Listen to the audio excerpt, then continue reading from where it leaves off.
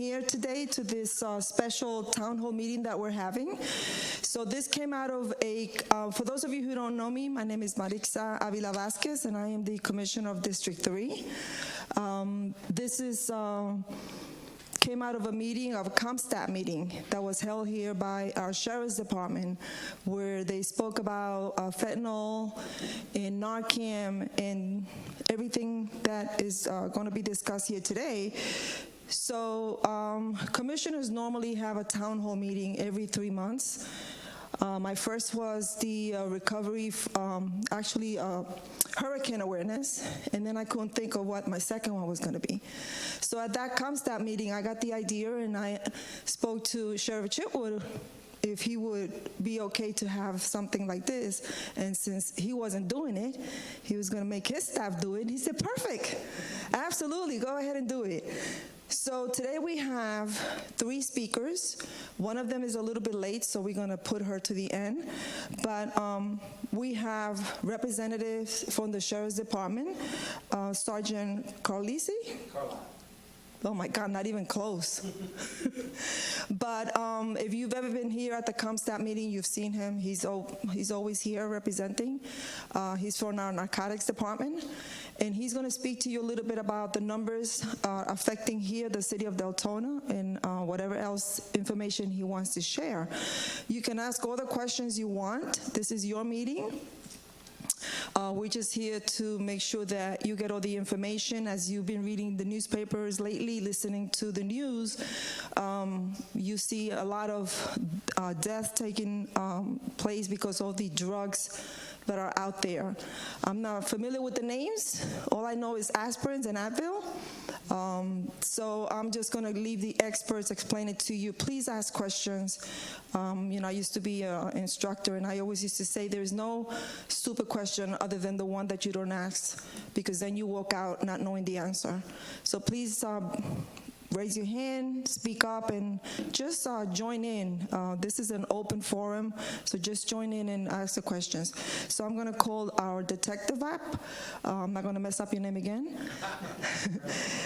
So I'm just going to give him the mic and let him run with it. Again, ask all the questions you want. This is your meeting. You want to hold it or put it back in? You don't want to hold it. He doesn't want to. Okay, there we go. Okay. Sergeant Jimmy Carlisle, Sheriff's Office. I run your Deltona Narcotics Enforcement Team. Been running it I started in 2012 when we started that unit. I'm back here now, been back for about 2.5 years. First off, anybody got any questions about fentanyl or heroin? No? Okay. Basically, yes, sir.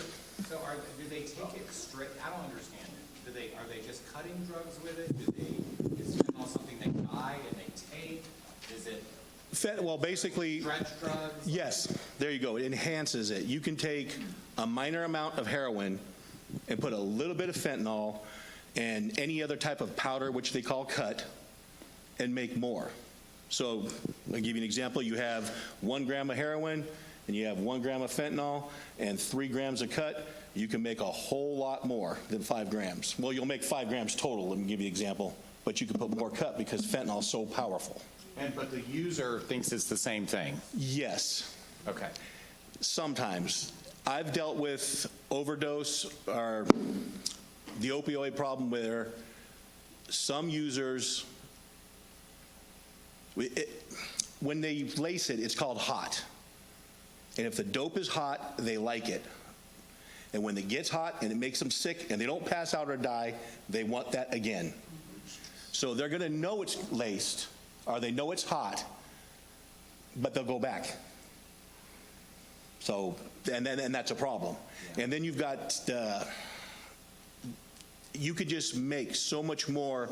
You could make your pile bigger with a little bit of fentanyl and put a whole bunch of junk that's no good. Baby powder, for example, you could throw in there. The old day was vitamin B12. So you can buy the vitamin B12, put a little bit of heroin, a little bit of fentanyl in it, and sell it. We're paying $100 a gram for it. And there's different strains of fentanyl, like some fentanyl stronger? There's a car fentanyl and a regular fentanyl. To us, we just test for fentanyl. Okay. Because I know when fentanyl first came out, it was like prescribed in strips, given by prescribed by doctors. Well, now we've got Chinese fentanyl, which is chemicals. So God knows what they're putting in their systems. But it all tests as an opiate when we run our test kits on it. Yes, ma'am. I wanted to find out, I know that it is in the illicit market. Have we had a problem or are there concerns about it entering like the mainstream pharmaceutical market as uncontrolled or Chinese? I'm just saying, is there? I wouldn't know nothing about that, to be quite honest with you. Okay. I would be nervous too, anything that comes from China drug-wise. Yes, ma'am. Are you going to talk about distribution? Yeah, would you like, is there a certain thing that you would like me to touch on, like our street corner sales, or have you heard something, or Well- touch on a case that came up recently? No, it's just that we live by West Cryle, and you know, a couple years ago it was really bad. I mean, blatant with the SUV coming around Right. like the ice cream truck, you know, and then all the kids would line up, and then so I'm nervous when they say kids need places to go, kids need things to do, and I agree with that. But are the dealers also saying, yeah, kids knew we need places for them to go? Right, I would say like West Cryle, that's the one right up here, isn't it? Yes. We I do remember we did have a problem there with narcotic sales and usage. I don't believe they target the kids like that in those areas, like just pull up. I think you're seeing, when you did see it, or the SUV pull in, it's planned. And this is how it works. And I've seen this throughout the whole county. I'm selling narcotics. 3 of you want to meet. We'll meet at West Cryle. I'll pull in there. You'll pull up in your car, get out of your car, come over, get it, serve up, and that is a meeting location. A lot of our meeting locations have changed now to racetracks, convenience stores. A lot of our problems is a lot of our narcotics, not all of it, but a lot of our narcotics comes from Seminole County. They come down I-4, jump off I-4, they'll meet you at, we got I-4 in DeBerry Drive, we got I-4 in Saxon, and we got I-4 where the Wawa's at now, 472, or the 472 I think it is. What is it? Howland. Yeah, Howland. We'll meet there. When I say we'll meet there, we've actually ordered up from dealers and met there to bust them or make our purchases. Undercover, obviously. But what about the lakes, too? I mean, the lakes are all contained, you know. You mean like dealing on the lakes? Well, you know, you have all these. Well, and the reason I asked that, because I heard I was getting that across the river at, Lemon Bluff, where we have the river that separates Seminole County. At one time I heard they were bringing narcotics on boats across there. I don't know if it's just someone talking or not. If I was a dealer, I would consider that. Be a good place to hide. Yeah, just right under the cop's nose. I have never ran into it on our lakes, no. Would I put it beyond anybody? No, I wouldn't. It's something that, you got to always change. They're going to make different ways to sell drugs. I have a question. Yes, ma'am. So I always wondered, I saw on television I don't know if it was some other state, where one of the deputies or the police had an overdose from just smelling when somebody the driver opened the window. The dust got in the air, and the officer inhaled it, and then he passed out. It was a she, and right. So my question is, how come the driver wasn't affected and she was? I don't know what case you're talking about, but I remember when fentanyl became very prevalent and the dust would be on their clothes, they said, and they get an overdose that way. If I remember correctly, I believe some of it was attributed to paranoia of the drug. I don't know if you remember, Eric, but it's bad, yes. But you take the precaution. If it's in the air like that, you're right. Why didn't it affect the driver? I think it was paranoia and overreaction on that officer's part that put her into that. Or maybe she did get a little bit on her uniform and then touch her face. You know what I'm saying? It wouldn't be a dust particle in the air, like maybe it was on the harness of the car, and she put her hand on the car and then touched herself. Right, because they we're had always to touching our faces. They had to hit her twice with Yes, the ma'am. Narcan. What was that? Well- I know you probably have an answer. I do have a, Let me give you the mic, Karen. This is Karen from Recovery Alliance. She'll be speaking soon. thank you. So there's a thing called tolerance. So if the driver was a drug user, like a longtime drug user, he may have developed a tolerance to the drug, because what that means is 1 pill today, 6 months from now, it takes 3 or 4 pills to get the same effect. So people develop tolerance, and so they may not overdose from the same amount that you would, being drug-free.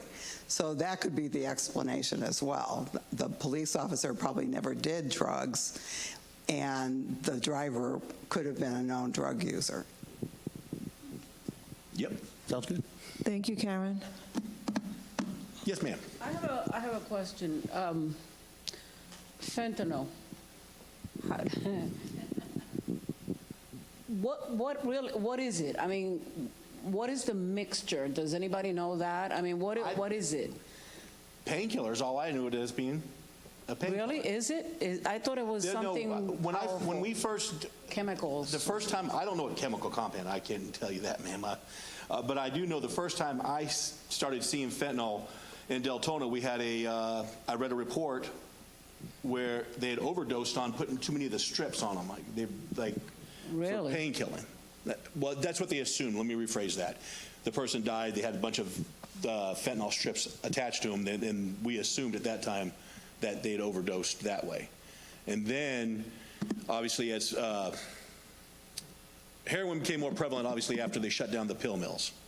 And when they shut those down, then heroin influx came in. And now that fentanyl's here, they're making mad money. It's all money. You buy that little pile of fentanyl and mix it with a little bit of heroin, and all the cut, like I said before, you've taken $1,000 and turned it into $10,000. So fentanyl is a powder. Yes, it can be. I don't know if it is injectable, is it? Yeah, that's my question. I mean, what is it? I don't even know what it is. So it is a powder, but you can make it liquid by adding water to it and cooking it. So But it's illegal, you're saying that it can be prescribed Yes, as a medication? right. yes. Okay. I had minor surgery on Monday, and they asked me, I said I don't want any fentanyl, but when they put you out, they give you fentanyl and other drugs.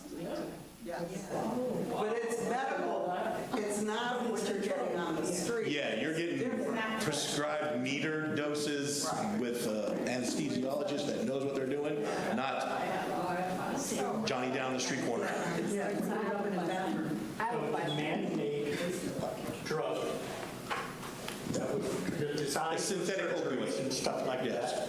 And it's a designer drug, and it's 100% more effective than the stuff it was trying to replace in the operation room. Oh, okay. So there's not much to understand about it. It's just chemicals cooked up. Okay. But now it's being done by your average Joe for selling on the street. It's Yeah. extremely dangerous because it's lethal. Yeah. This young lady over here. Yeah, I have a question. I work for the VRA. I'm a volunteer there. Deltona, I'm a person in long-term recovery, and Deltona was my stomping ground. I got high here. This is where the end of the rope was for me. And so 26 years ago, my flavor, my drug of choice was crack cocaine. That was what I did. That was very popular during that time. I got high always at Caribbean off of Deltona Boulevard. That was my spot, and so was the hotel. I say all that to say is that I'm hearing, and I just want to know that I get that it's an opioid, I get the fentanyl thing, but I'm also hearing that it's laced in weed, it's laced in other things. Are you finding that that there are kids from high school, middle school that are smoking weed and are being laced with fentanyl also? I have not come across none No. Okay, I was just wondering if you Yeah. had any cases like that in this area. Back in the day, they used to do the same thing with Coke. Right, and that's So, why I was wondering, are they laced like that? Because back in the day it was, and if they're using it to cut, it would make more sense too, right? Let you come back some more. Yeah, with weed, marijuana, whatever we all call it, it's become more prevalent. It's become more mainstream and accepted because of medical. Right. And we don't see weed being sold like 26 years ago like we did, Okay. So I'm not saying it couldn't happen, but I have not come across where weed was laced with fentanyl. Okay. Yeah. So because she answered my question. It's primarily Cocaine. not cocaine, but in heroin. Heroin. And yes, just a second. Heroin, you got to understand, heroin took off. You all remember the pill mills. They were flying from Tennessee to Miami to get their scripts filled and flying back. We had one here on Saxon for a little while, right there where they put the new checkers and all that. They had security out there that would come out and mess with our deputies sitting there watching them trying to do something. Once they shut those down, heroin became prevalent. I know for a fact we got intel back in 2012 that the pill mills were shut down, that the gangs in Orlando were stockpiling heroin because they knew it was going to take the place. And it did. And it was more expensive back then. Heroin's cheaper. We were paying, $9 to $20 for a tenth of heroin, which if you break it down, that'd be $200 a gram. Now we're spending 50 to 100 tops when we do our undercover purchases for heroin. So you figure you've just doubled your money in the past, and that's in the past 5-6 years, how it's changed like that.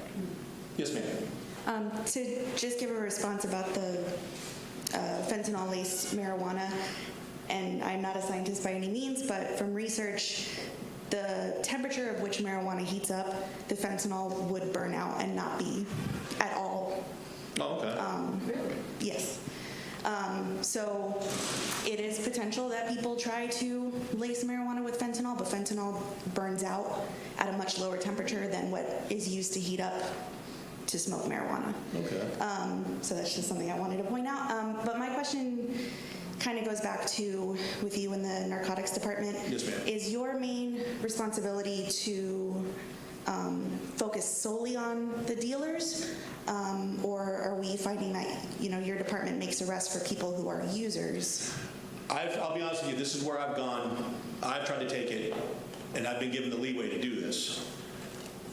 On the users, the problem with the way fentanyl is worked up now, your typical user 5 years ago is now a dealer because it's so cheap to buy, and then they can cut it, and then they can make money. They're getting high for free and make a little cash to buy their next round. Yeah, I just want to, because...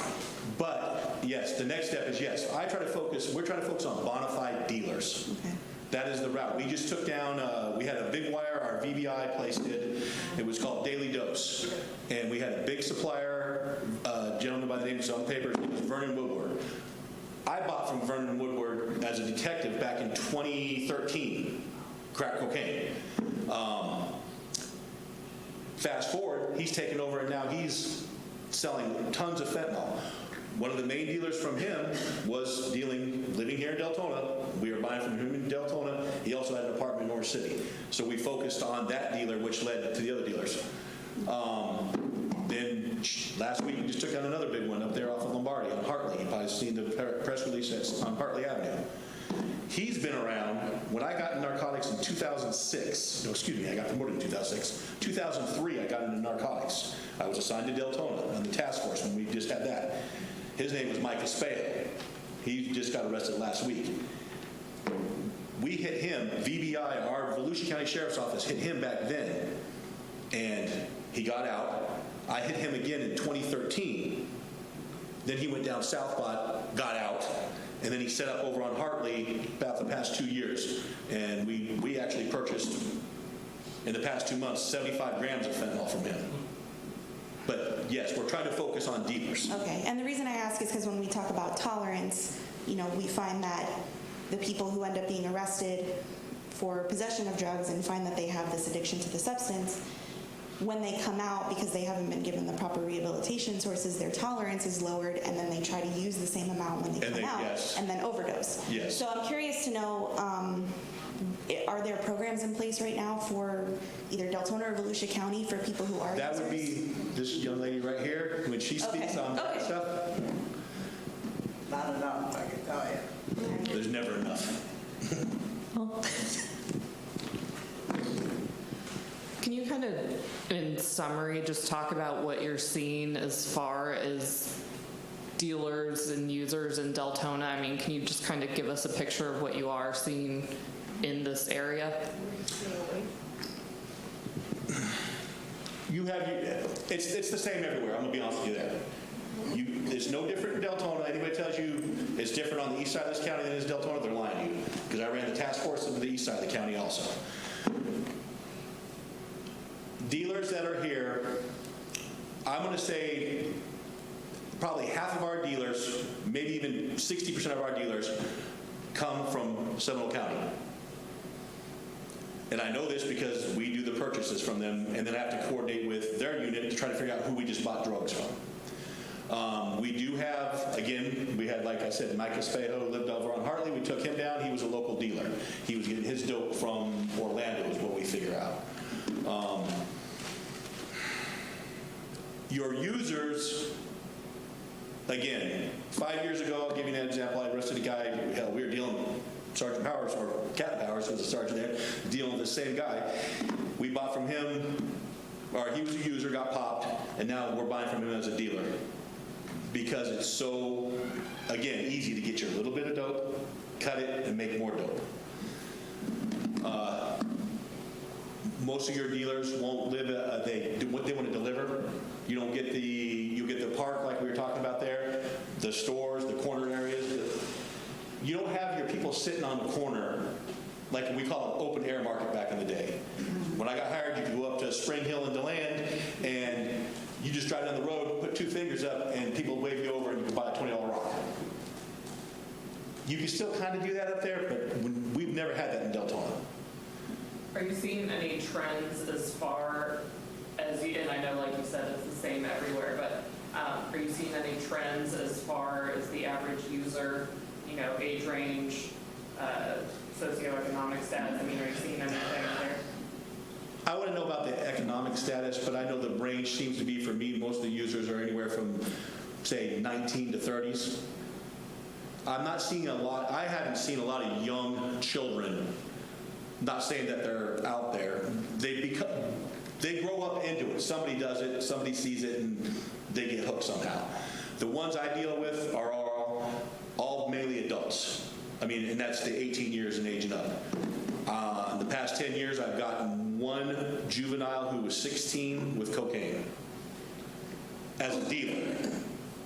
We've all run into some kids, they have weed on them. I wouldn't know that much. I don't work the patrol aspect, so I don't know what they're running into out there. Usually do get a call if we get anything severe. But on that's, and your dealers, I'll give you another example. Your dealer that deals in Seminole County loves to live in Deltona. He won't deal in Deltona. He'll lay his head here and go over there and deal. And we had a case last year, I believe I spoke to you guys about it last year, where a gentleman sold fentanyl to a lady over there who OD'd and died. Yeah. The cops were able to trace it back to him, got her phone, called him up, and ordered more up. They busted him over there. They gave us the information on his house here, and we hit the house and found a bunch of coke and heroin fentanyl. But his neighbors, nicest guy in the world, mowed his lawn, waved to us, picked his kid, took his kid to school, because he wasn't messing around where he slept. Yeah. He kept it quiet. It's real easy to lose yourself. The city's huge. I moved here in 1989. I've worked for the sheriff's office for 28 years, and most of my time's been in Deltona. This place, you can get lost in Deltona. If you mind your own business, don't attract attention to yourself, they can hide, and they do. Yeah. Yes, ma'am. I want to know where you're finding, because you can only do so much as far as busting, right, and putting away. I want to know where the gap is between the arrest and repeat offenders, and I understand that there's a difference between dealers and users fundamentally. Right. Users we want to rehabilitate or at least give the opportunity. Dealers, however, totally different story. So I want to understand where that failure is coming in to I know prosecution, maybe not the problem, but keeping them away. I think, I'll be honest with you, the past, Sheriff Chitwood took over and gave us a lot more leeway on what we can and could not do, what we could, how much we could purchase, stuff like that. No BS. Years ago, we could only spend so much money purchasing narcotics or compensate people to help us out. Back then, you could, here's the example I got. I had a sergeant one time saying, why am I going to spend any more money on this dealer? You got to buy on them, send your charges through. The state gets the charges, they do one charge. They get a good attorney, it's pled down to misdemeanor, or it's pled down to probation. We've been given the leeway now where I do multiple. I pick up that dealer. I'll give you an example. I do 3 purchases. Open 3 cases on this dealer. I arrest him for 1. Then he wants to play with his attorney. That's with the state attorney. The state attorney's got extra charges sitting over here. Now he has to plea out because he's looking at major time if he doesn't go to, he's going to prison. And we've got a state attorney now that works with our unit exclusively, and he's pretty hardcore. He tries to put him in prison. I mean, and that's the route we go. So you figure we as a unit spend more time on one person, focusing on that one dealer, trying to get a better case on him to put him in prison. Do you have leeway? Can we, I was just told that they're taping. Sure. And when you don't use the microphone. Thank you.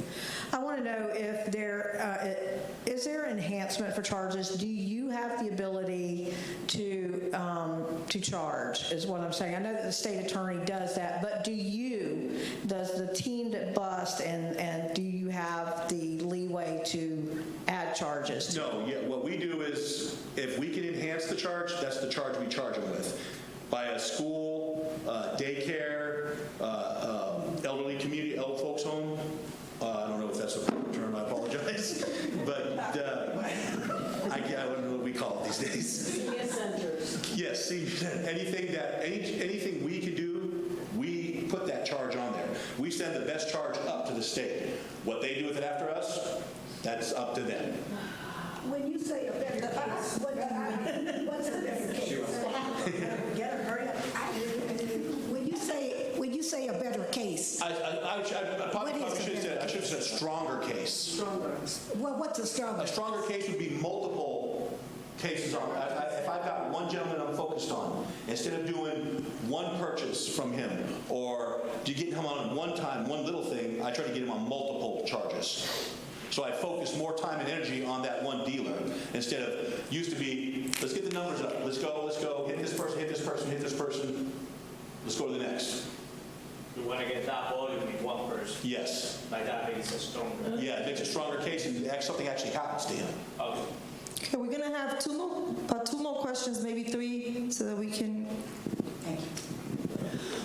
So if you started investigating someone now, what's the lifespan of that investigation until you feel like you've gotten a good case? Well, I would say at least, so we don't give up our techniques, you're looking at about 3 months. 2 to 3 months. And if in that 2 to 3 months we were able to get more evidence that leads to something bigger, then we have our Volusia Bureau of Investigations, which, let's say, we're buying from this guy, and then we hear he's buying from a bigger target out of DeLand, like this gentleman that Vernon Woodward, that Daily Dose just took down.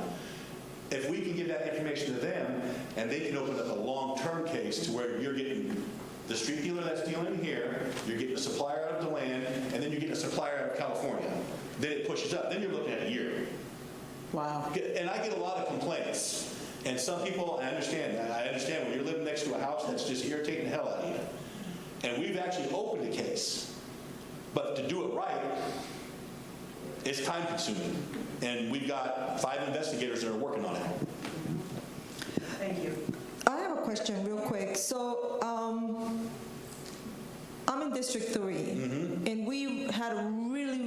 that case of drugs on Enterprise and Deltona Boulevard. Right next to the empty lot by the cemetery, it was a homeless campsite. Okay. And I remember that you guys did an awesome job, because what was happening there was the drug dealer was coming on a bicycle and giving it to the homeless who was selling the drugs. Do you find that now more, that you find homeless people selling drugs for drug dealers in the area? I haven't ran into that. I've found homeless people that are buying drugs, though. Where they're getting the money from, I don't know. But yes, I see more homeless users. I've not busted any homeless people. I've seen the homeless buying more narcotics than the way you're talking about. I know you said that the users are primarily between 19 to 30s. Yes. About. What are you guys working with Volusia County schools to let and I understand with schools, really young children, there's probably only so much you could do as far as explaining that stuff, but as far as making sure the information is getting out there to, maybe the middle schools and the high schools and their families about what you all are seeing, are you all? I personally do not communicate with the schools. Captain Powers might have something for you. No, we have Captain Todd Smith, who's in charge of the schools at the moment. So I'm not sure exactly about what programs they have. I know there are some programs, but I know there's a lot going on currently with the school administration and everything. So what they have in place at the moment, I'm not too sure. I would direct you to Captain Todd Smith. He would be able to give you better information on this. One more question, and then Okay. I just wanted to share a personal picture, a personal experience I had. West Cryle, I live in the neighborhood. I was not doing too well, so I was walking up the hill and exercising, walking through and trying to get into the ballpark and stuff like that. And I'm walking around the parking area, which was pretty well parked up, and there were 200 at least men and boys playing basketball.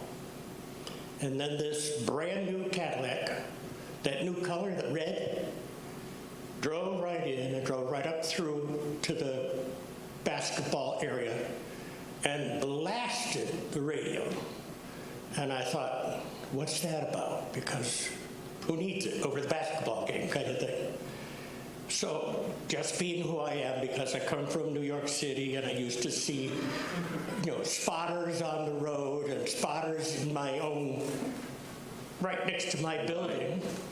And I went to town hall meetings and said, why don't you move this man somewhere else? Because I don't want to deal with all these desperate people coming to buy. Anyway, so I walked up to the car on the passenger side. And the man sitting there was tall and lanky, and he had a shot-off shotgun across his knees. And when I leaned over to talk to him, he pointed it right at my groin. And I saw the other guy was talking to one of her customers coming up. And I saw a young woman come up with a baby in a carriage and leave it over by the building and walk over and make a deal and walk back to the carriage and tuck it underneath the mattress, underneath the baby. In 15 minutes, all 202 people playing basketball were gone. Now, I think that's quite a vivid picture of what's happening in Deltona. Now, my next question is, were any of the people you picked up involved with West Cryle? And are you the people that pulled all the basketball hoops down?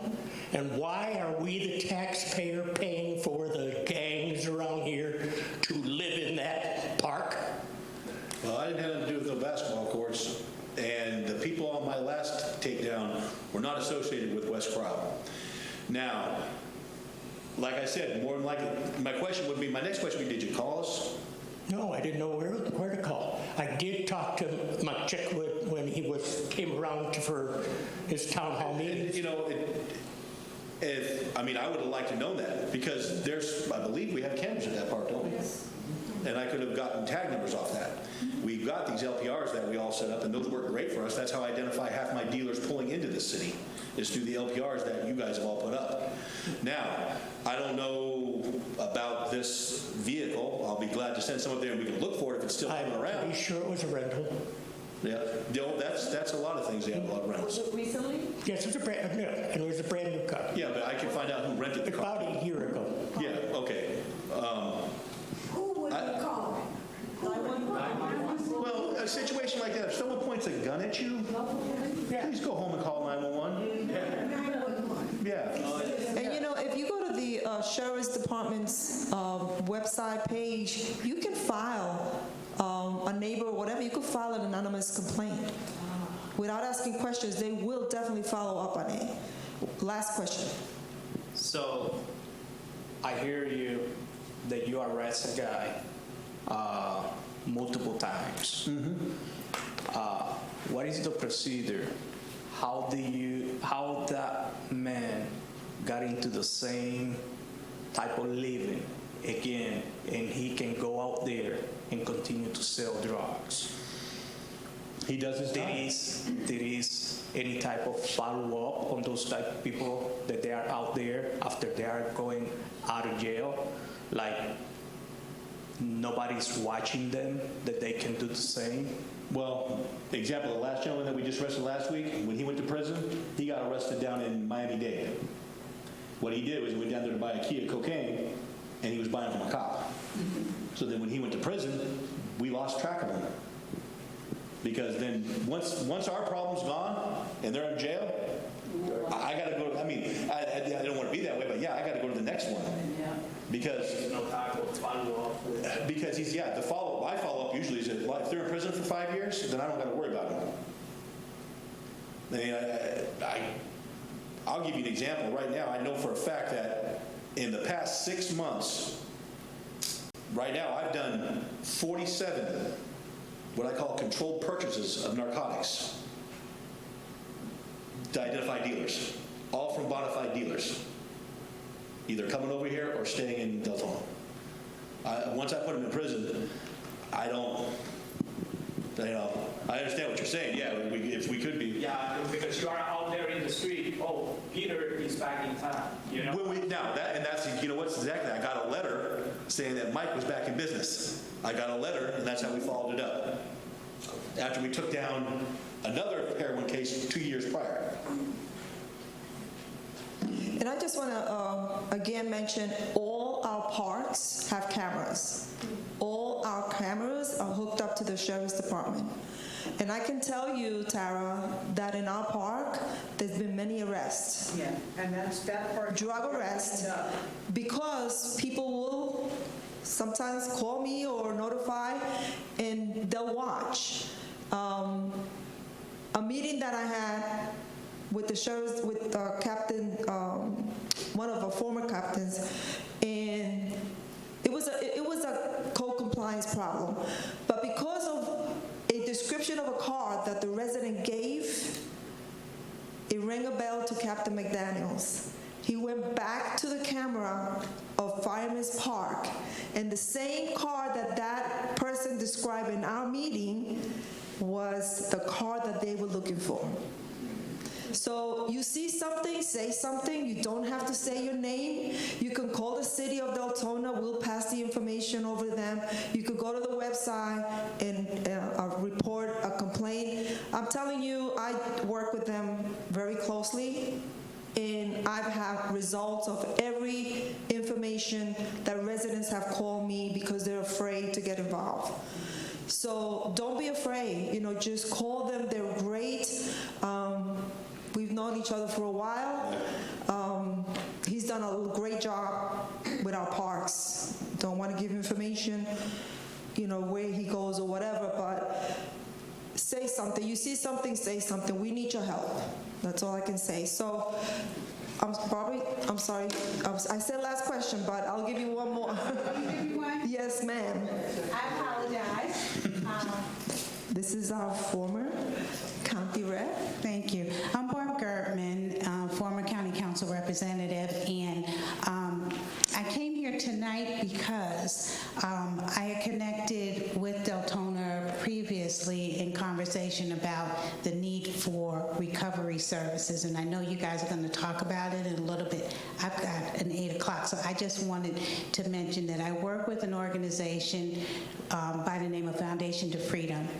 They have approximately 60 beds in DeLand, and they work to reunify women with their children, and they work to save lives. They work with VRA and other SMA, and they're in the community to make a difference. So if you have someone who needs help and support, know that there are some resources. There aren't many, and there definitely aren't many here in Deltona. So the question I want to leave with is, what is Deltona going to do to better support bringing recovery services to the west side, to Deltona, and work with the entities that are here to be able to make a difference? Because I think that's part of what we got to do too. Not only the punitive piece, not only getting the dealers off the street, but also helping people become healthy, productive citizens again, and I think that's part of what we need to invest in. So, thank you. Thank you, Barbara, and I invite you to bring that information to the commissioners. Okay. I want to say one more thing. When we talk about recovery and helping out, I know, and I didn't bring it up, but I'm going to bring it up anyway, is that we do try to reach out to victims of the overdoses. We try to give them we have a little pamphlet we give them. I know it sounds tacky, we go give them a pamphlet, and we try to talk to them to what I call debrief them, to see if they want to tell us, because some people are tired. They're sick and tired of being sick and tired. So if they want to help themselves out, help us out. Who did you get this stuff from? So, and that's something the sheriff installed and is instituted, and we've been doing that. Now, I'll be honest with you, I've had 3 people that wanted to help us out and give us, or help themselves out, help us out, and then put us in the right direction, and the rest of the people aren't too nice to us. So, but I know that's something we as a sheriff, we're not just, when you said punitive, I got to thinking about that, and you're right, and taking the step of going after the bona fide dealers. That's one step I know I've gone after working in Deltona. Like I said, I started the narcotics enforcement team here in 2012. So that's where we're at. Well, thank you so much to the Sheriff's Department, and of course, thank you for everything you do. I see you sometimes, and oh yeah, that's him. So, but thank you again. Tomorrow we'll have some nice hot coffee for you guys, okay?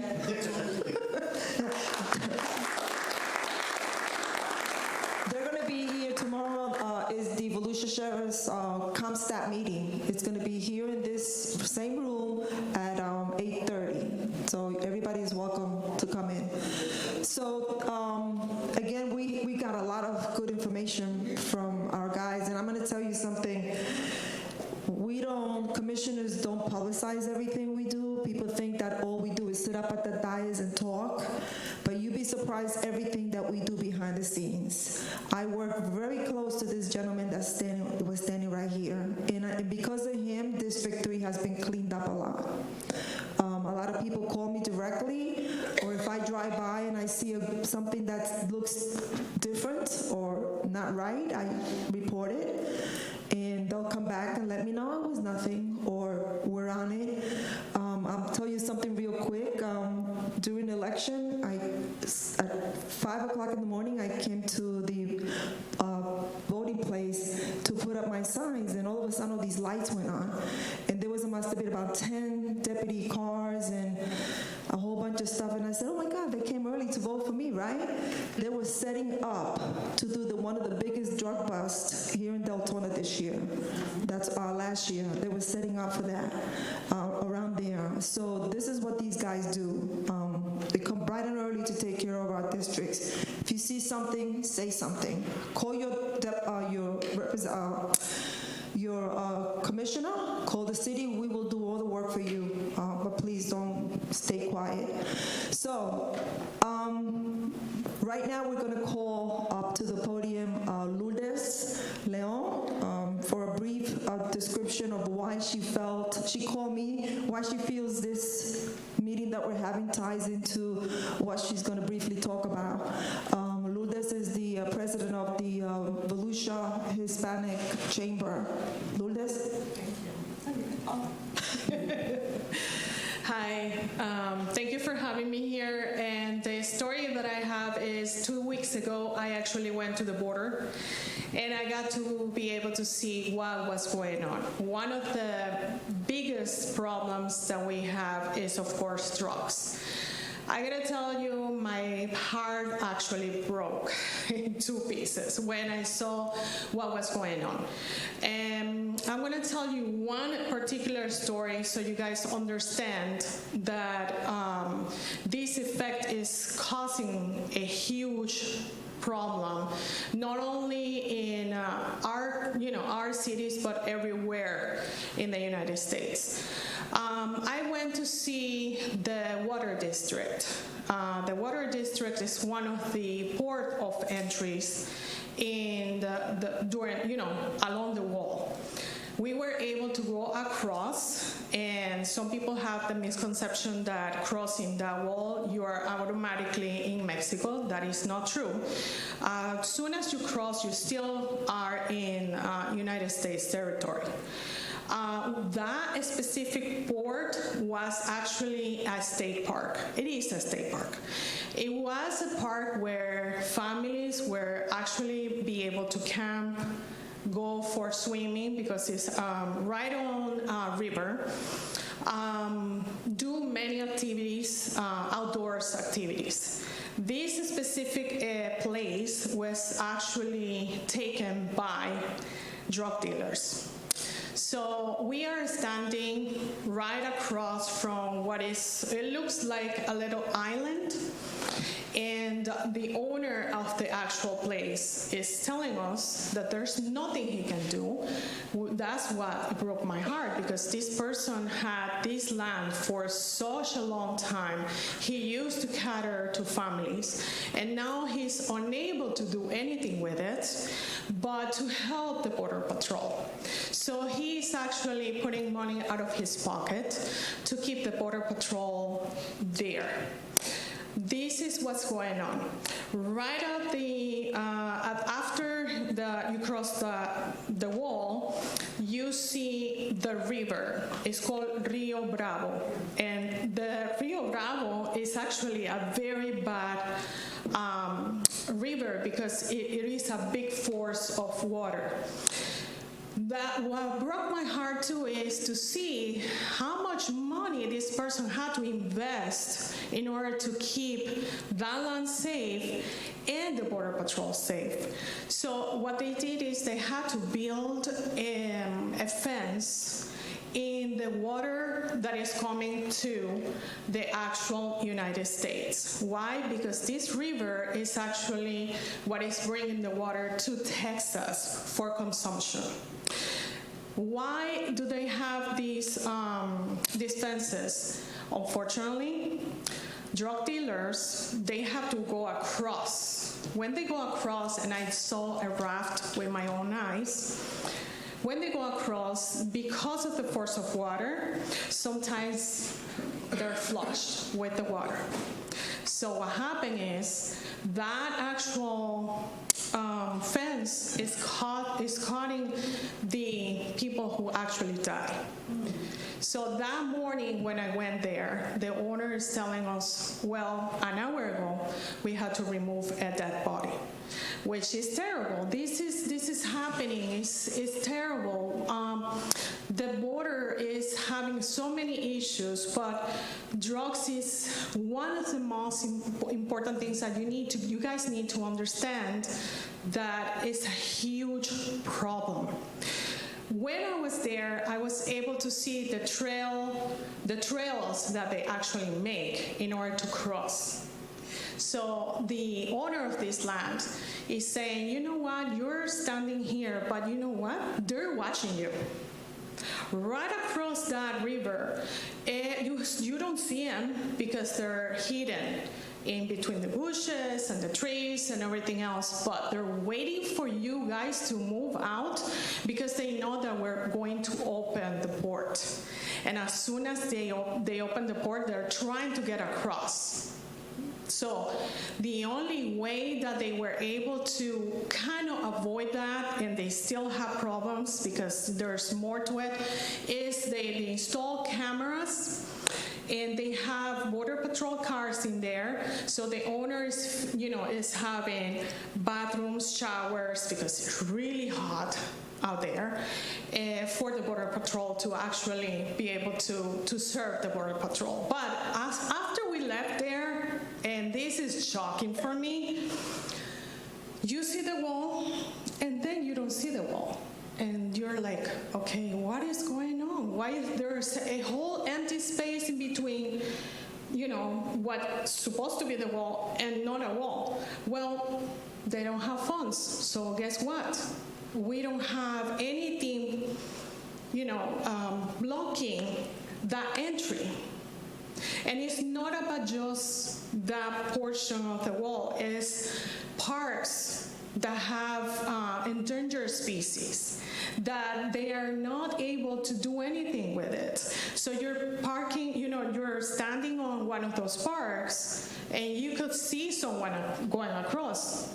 So, it's really, really bad what's going on out there. I went with an organization called Libre, and I'm glad because I did had a completely different idea of what was going on there. Once you go there, you're going to be blown away by all the stuff that is going on. So I just wanted to share this information because drugs is one of the worst things that is happening there. I see someone raising a hand.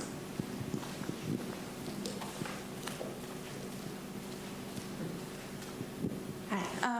Thank you for telling your story. I wanted, to get clarification on, first, when you say that it's a really bad problem, I guess I want to know if it's just, when we look at drug use, we look at it as a more like a criminal issue, when in reality we have people that are suffering from this substance use disorder and being harmed by it and injured by it. So when you say bad, I guess can you just elaborate on are you noticing people who are suffering from that addiction, and or is it Well, there's two things. One is the Border Patrol has.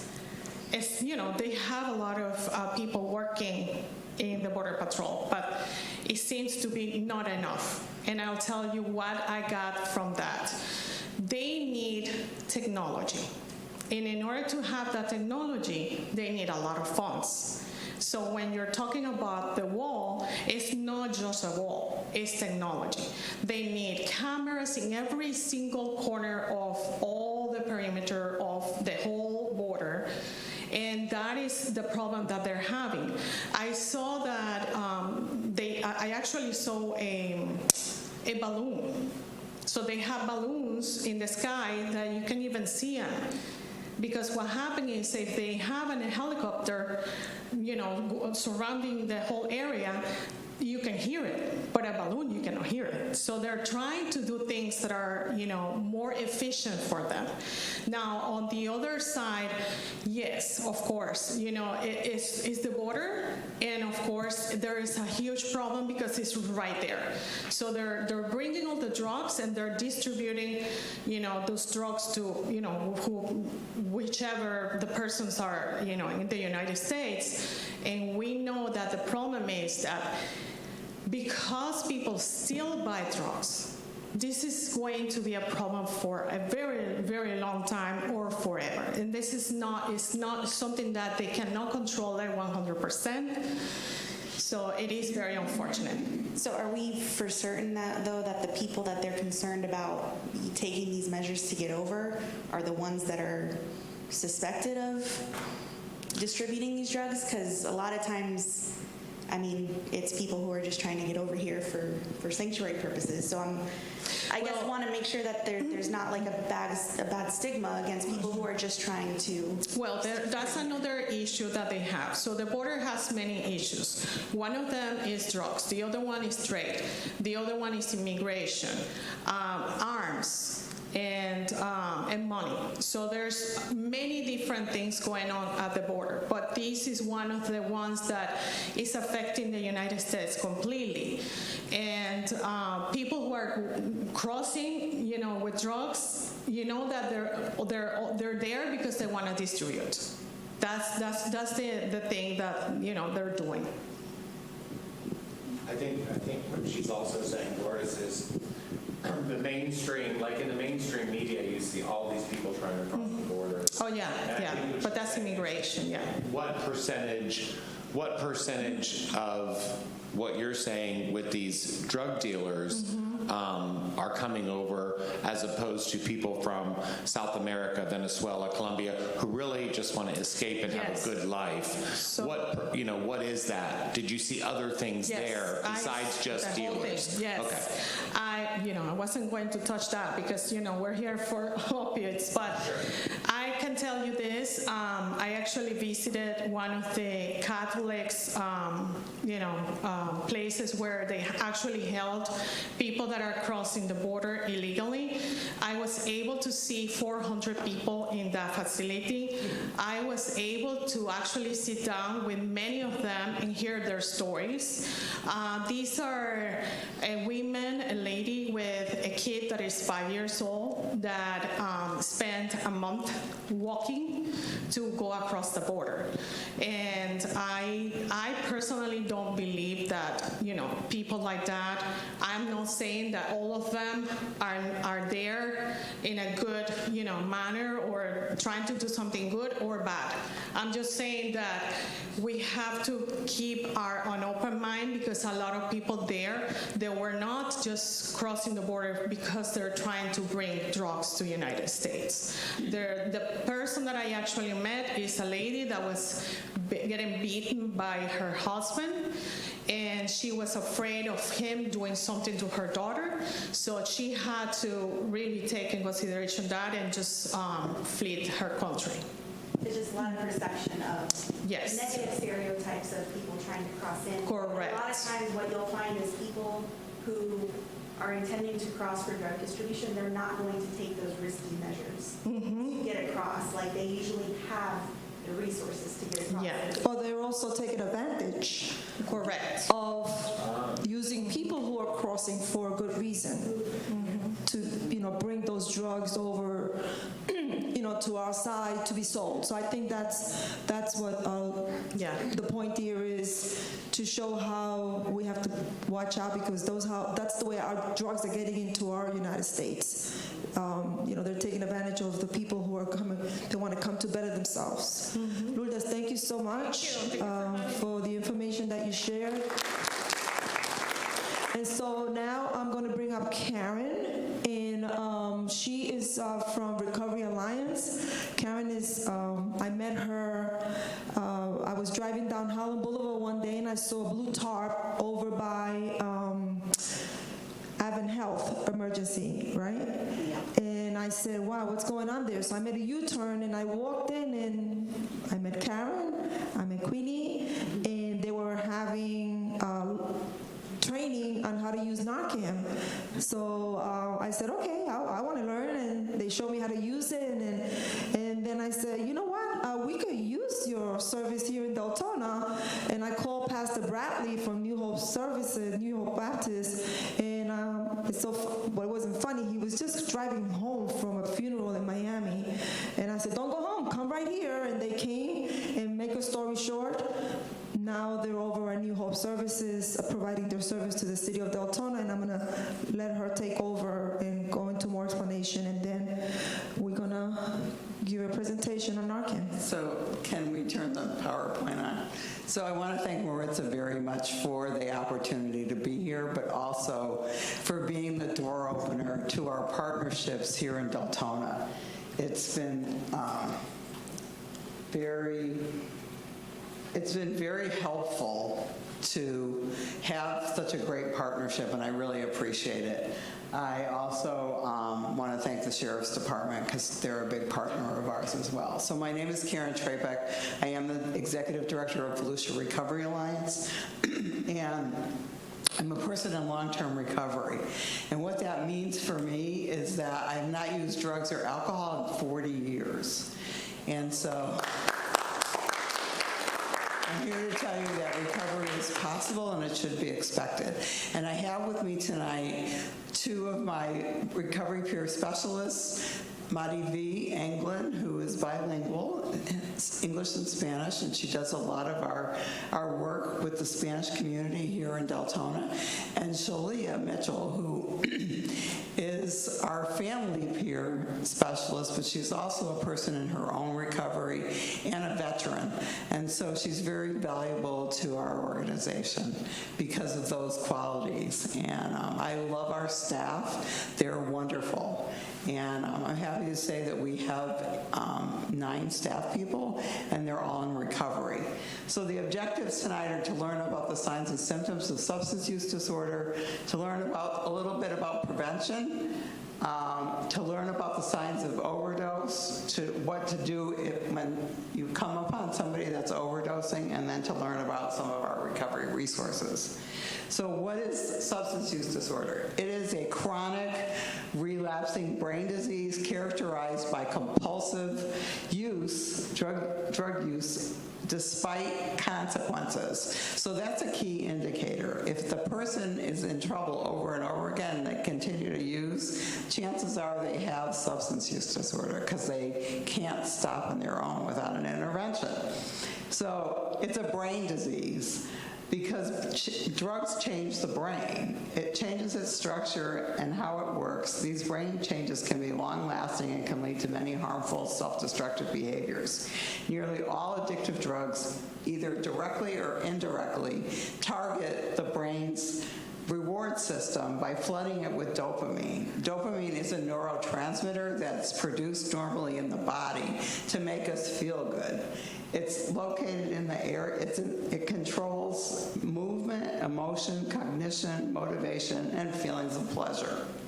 The overstimulation of this system, which rewards our natural behaviors, produces euphoric effects sought by people who use drugs. It teaches them to repeat the behavior. The thing with fentanyl is it really produces a huge amount of euphoria, and it gets people hooked because they crave that first high, and it just feels good the first time until it train wrecks your life. So it's characterized in 5 ways. Basically, it's the compulsive use, which is an unwanted repeated act. That is coupled with obsession, which is an unwanted repeated thought.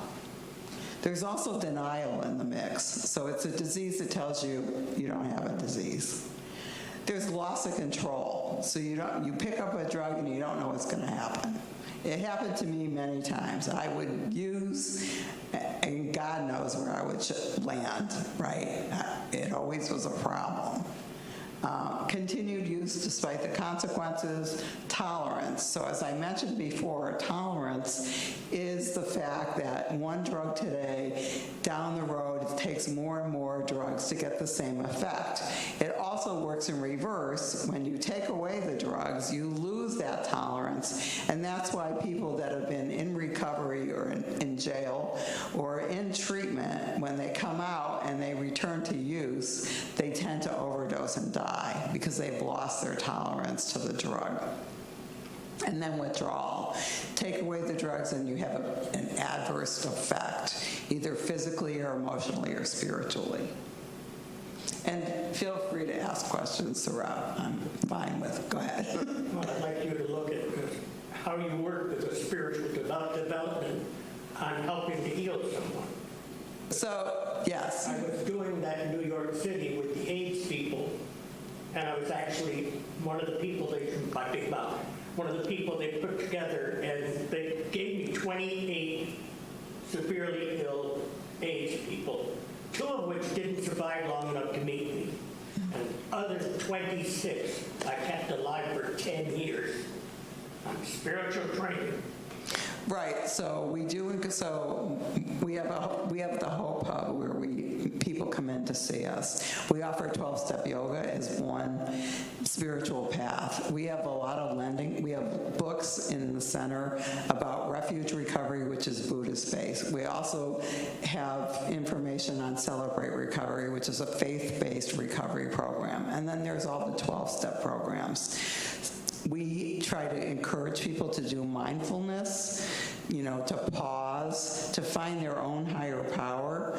My higher power is very eclectic. I lived in Japan, so I've had the opportunity to learn some things about Buddhism, but I also grew up Catholic. So my spiritual pathway, which I share openly with the people that come in to talk to us, and we each have our own spiritual pathway. All of the staff and some of our volunteers are in recovery as well. And so we encourage people to find a spiritual pathway. I know for myself, the reason I'm the person today is because of spiritual growth. We also talk about spiritual principles. So things like compassion, finding love, all those different open-mindedness, willingness, those are all spiritual principles that we help people to understand as recovery tools. And so our staff works one-on-one with people to set goals, and part of the thing that we use, it's called, we use the Recovery Capital Scale, and there's questions in there about spirituality. And so, we don't tell somebody you must do it this way. We encourage them to find their own pathway. But it's a very important component of recovery. Thanks for the question. So a little bit about prevention. You may have heard about ACEs, which stands for Adverse Childhood Experiences. It's a study that came out of Kaiser Permanente about 20 years ago. It's a series of 10 questions, and it leads the person to identify bad things that happened to them growing up, things like sexual abuse, things like, did you not feel loved, okay? And the higher amount of yeses on that score means that you're more likely to have chronic disease, to use drugs, to smoke, to drink. And as you can see, some of the adverse childhood experiences are things like, did you have a family member incarcerated? Were you abused sexually, physically, or mentally? Were your parents divorced or separated? So there's a variety of things that are on that ACEs scale that kind of dig into what your ACEs score is. 4 or above means you are likely to use drugs or tobacco or alcohol. My ACEs score is a 4. I have friends that their ACEs score are 5, 6, 7, 8, 9. Our dads group, a lot of the dads in that group, their ACEs score is 7. So it's an indicator of somebody's likelihood to have chronic disease, but as you'll see on the next slide, there are protective factors that help people not fall into that. So it's not a sentence, it's not a guarantee that just because you have a high ACEs score, that you're automatically going to be sick. So this is protective factors, and there's 5 protective factors that we try to teach people. We partner with Healthy Start, which are really kind of the subject matter experts in protective factors in our local area. But some of it is, it's important to know about the knowledge of parenting and child development. So there's information out there that we can share with parents about child development, so that you know that a 5-year-old is not going to understand the same things as a 10-year-old, right? So you learn to communicate with the child based on their development. The next thing is resilience. So resilience is about, you can fall down 11 times, and the 12th time you still get up, right? right? So that's kind of resilience. It means that families can keep, keep on going. They have the tools to be able to do that. And concrete support. So families need their basic needs met: food, shelter, a safe place to live. Social connections. So the opposite of substance use disorder is connection. And so those social connections are really important to building healthy families. And then finally, social and emotional competence for children. Children need good role models, and so it's important to connect them to other supportive adults beyond the family. So that's basically, in a nutshell, what protective factors are. And we encourage, especially the parents that we work with at the Volusia Recovery Alliance, we encourage them to work on protective factors. So what can you do? Like, be involved in the kid's life, right? Have open and honest communication. Be a good role model, show lots of love, lots of compassion. Stick to your rules. Kids need to have rules. So it's important that you stick to them once you've established them. Encourage open, honest communication and listen. You can do random drug screens when you're concerned. After accidents, you should do drug screens. And then the Marchman Act, which is a legal thing that you can get the judge to commit somebody to treatment so that they can get the help they need. It's specific to substance use disorder. The Baker Act is for mental health. The Marchman Act is for people with substance use disorder. And then learn about the various treatment options. One of the services that we offer is people can call us and say, I have Blue Cross and I need detox. Where can I go? We can tell them, you might want to try, the Recovery Village in Umatilla is an example of where we tell people that have Blue Cross for insurance, because they take it. They're a network. So the consequences of substance misuse: fatal overdoses hit a record high last year. The CDC estimated over 107,000 deaths occurred in the time period between that ended in August 2022. Volusia County was similarly impacted with 297 overdose deaths. Overdose are now the leading cause of injury. Other consequences include incarceration, potential of child abuse and neglect, loss of employment, increased treatment admissions, and increased emergency room visits. Yes? I'm curious where the statistic, the 297 overdose deaths, just curious to know where you got that number, because from the CDC. Okay. Yeah. Okay. Yes. I'm happy to report from the Sheriff's Department that Volusia County has had a decrease in overdose deaths this year, over the past year, of 12% decrease.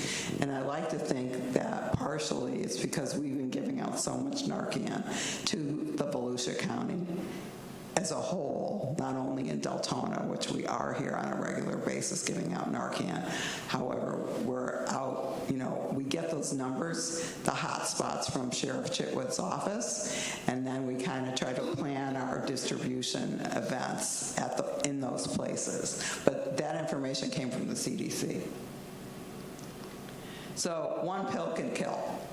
It's important to realize the stuff on the street drugs are most likely tainted with fentanyl, and one pill can kill you. So I had a patient when I was in the treatment industry. I put people in treatment. I'm an interventionist by background as well. But I had this one kid that I was so fond of. I loved him. He was an artist. He loved horses, but he was struggling with insomnia. And Eric had the bright idea that he would call his old dealer for some Xanax so he could sleep, because he was up for like 2 weeks, because he had mental health issues and he had demons still that he was struggling with. And he got 2 Xanax, what he thought was Xanax. They looked like Xanax, they were pressed, and he took one of them and he never woke up. It killed him. That Xanax turned out to be 80% fentanyl because he dropped the other pill that he had bought, and when the police analyzed that Xanax, it was 80% fentanyl. And he's part of the reason why I do a lot of the work, because I loved that kid. And I started, after his death, I started saying this, and then the CDC took my saying that one pill can kill, because that came from, that is their saying. But, you know, so if you know someone that's struggling with substance use disorder, please carry Narcan. Because as the detective mentioned, you know, most drugs are tainted with fentanyl. And now there's also other stuff called xylazine, which on the street they're calling trank. And it doesn't respond to Narcan, but, you know, you still give the Narcan anyways because it's mixed with everything. So we, as I mentioned, we hold monthly overdose reversal and response trainings with free Narcan distribution. The locations are picked based on overdose numbers from the Volusia Sheriff's Office. The higher number of overdoses in a certain zip code, the more trainings we do there. Daytona's 32114 has the most overdoses, and typically Deltona is in the top 5 of overdoses. Unfortunately. Where is 32114? Daytona, like downtown Daytona, yes. So like Beach Street, Ridgewood, there's a lot of overdoses happening on Ridgewood and North Street, where a lot of people that are homeless are there. So community partners often provide us space. So if you have a parking lot and you want us to set up there at some point, you can invite us to do that. We partner with a lot of different organizations in Volusia County. You can also call our peer line, which is 386-777-PEER, which is 7337, to request a Narcan training. Or you can come visit us at our Hope Hub in Ormond Beach on Young Street. It's the old Penny Saver building in Ormond. So we get the Narcan for free from the Department of Children and Families. And since we started our contract towards the end of 2021, we have given out 10,389 Narcan kits. We have trained 5,580 individuals on how to use Narcan, and we'll do that. Part of this, you can take free Narcan tonight. We just ask that you sign out for it because we have to report the numbers. We've had a report of 168 reversals. So our Narcan has saved 168 people that we know of. Yes, Joe. So when you say distribution, you mean it's people that might have a family member who is an addict? Yes. And they're doing it just to save their life if they take it to an extreme? Yes. Interesting. Or it's tainted because it takes this much fentanyl to kill you. I mean, it literally is grains. On this other no questions asked, they can come. Right, exactly. Yeah. It's covered under the Good Samaritan law. So even if you're using with somebody and that person starts to overdose and you give them Narcan and save their life, you're not going to get in trouble.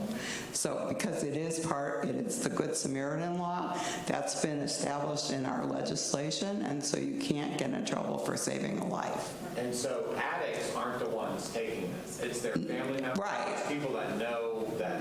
Yeah, you can't reverse yourself because you're already. Sure. I mean, you might be able to.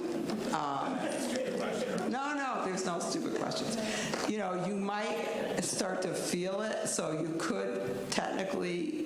But that's not what usually happens. It's usually somebody you're with. Yes, ma'am. You know, I've never thought of this before, but you have lots of parties now. It's summertime and your family has parties, block parties. And even if your own kids are not messing around, but some of their guests. Good point. And so you might want to have some just in case.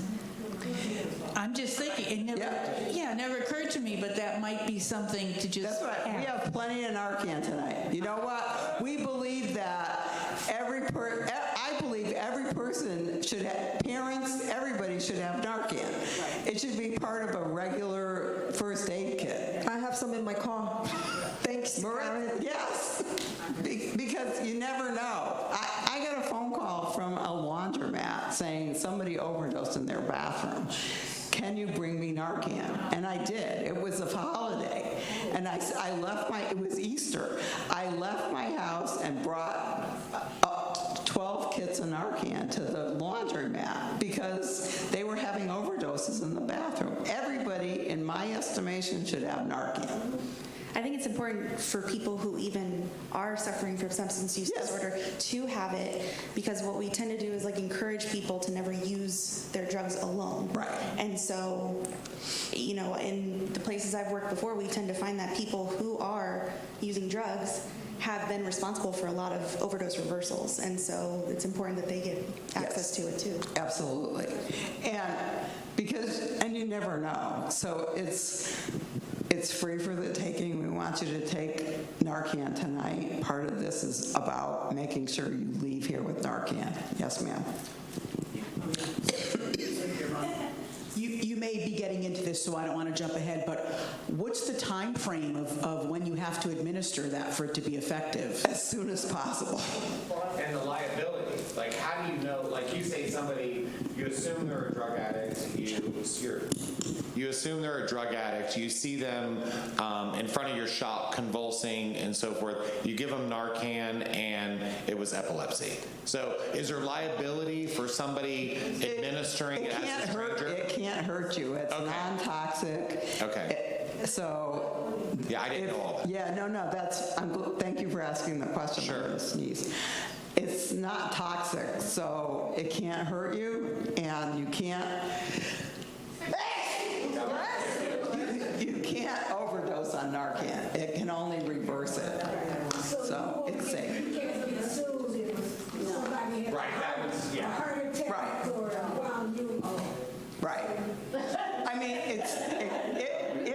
if you know CPR, it's important to, if the person's not breathing, kind of one of the key indicators is if someone stops breathing but they still have a pulse, there's a good chance it's an overdose, not a heart attack.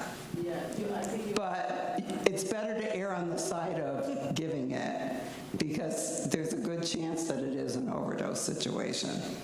So. And they'll show you when they that's the next part. It's in here. Can I say something real quick? Yeah. It's very important, and Karen and Maritza have made great strides in doing this, is that, yeah, Daytona, Ridgewood, we know where they're at, right? We can go to those locations.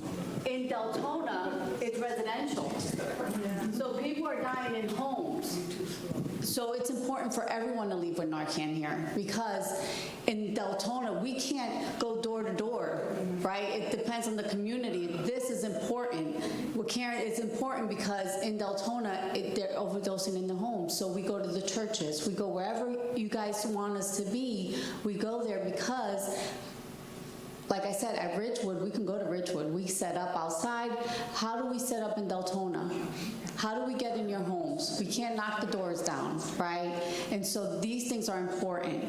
Giving out Narcan. If you know someone who needs some, call us. We go to Pastor Bradley's, and I'll give you a story there. We do the food drive. We set up with them at the food drive, and there were people who come, I don't need it, I don't need it. I've done that for almost 2 years now, setting up there. And no. And every once in a while, they're like, well, I'll take one. I'll take one. Well, this lady came, and she finally took one. She goes, it's not for me. And I go, okay. I never assume it's for anyone, you know? And so she said to me, she came to Pastor Bradley. Pastor Bradley came to me and said, I want to give this testimony. She had Narcan, and she took it because her neighbor, who's a good friend of hers, her son has substance use disorder. And that Narcan saved that little boy's life, that young man's life, because he was a young man. And so we don't know who who it's going to save. So if we can have it, if you give it to someone, call us. We'll give you more. We'll meet you where you're at. We work out of the neighborhood center in DeLand. That's a homeless shelter community. I had someone there, I think someone talked about it. They have substance use disorder. We give them extra Narcan. They save each other's life. I have met this lady a couple times to give her more Narcan because she has saved her husband's life and he has saved her life. Have they stopped with their use? No, but they're alive and they have hope. Where Karen says, where there's breath, there's hope, right? So I just wanted to point that out about the work that you're doing, that Karen's doing, for Deltona. And the rest of that story Monty just told about that lady, that son, like a month later, she got very sick and he saved her life.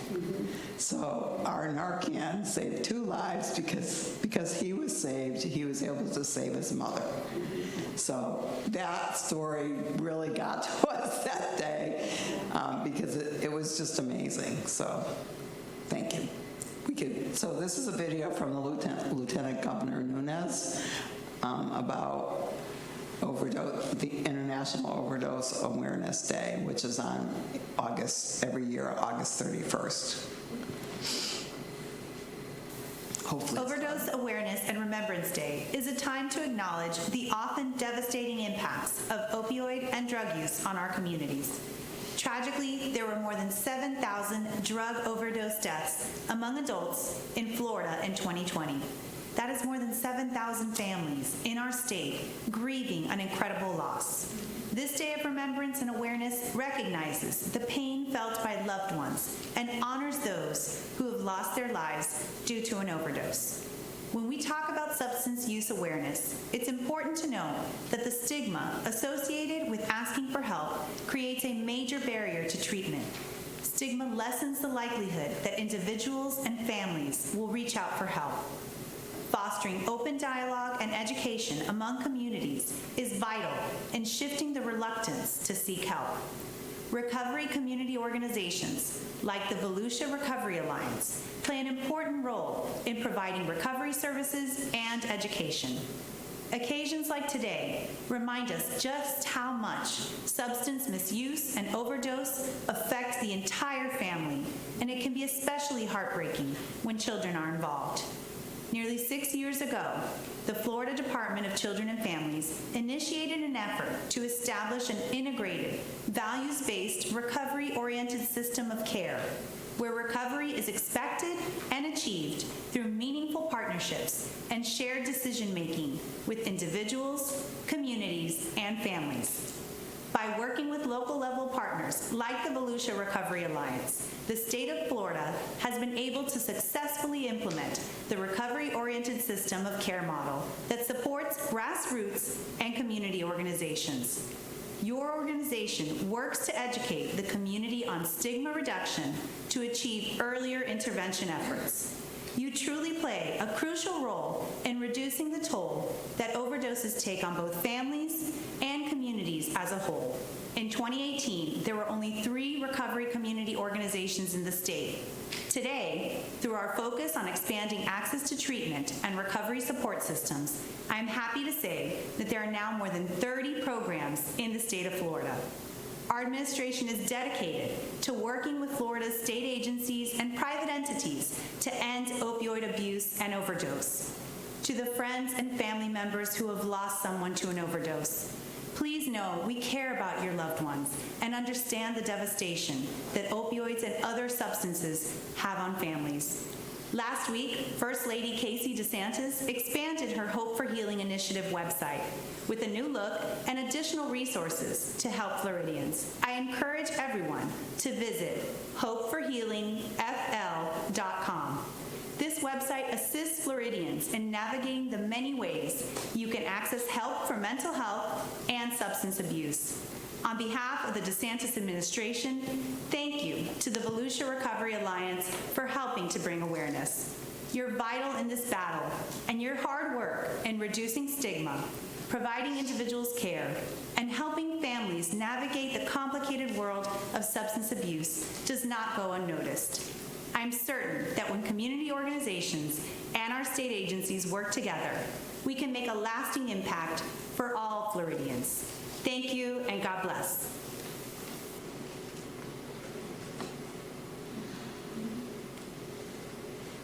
You might have to advance it from there.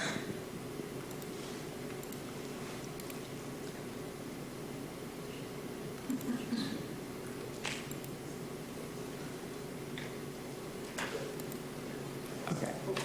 So this is the part of the training.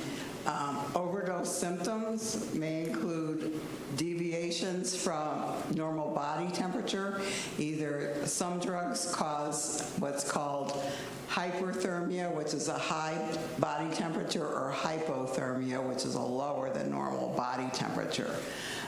The person may pass out or be unresponsive. There may be a loss of consciousness. Skin color changes. So you'll see either the person will have pallor or a bluish tint. The bluish tint is called cyanosis. The lips and the fingernail beds will turn blue. That's a sign of a lack of oxygen to the body.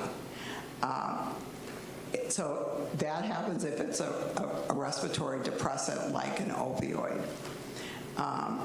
They'll be flushed or ruddy if it's an overstimulation from a stimulant.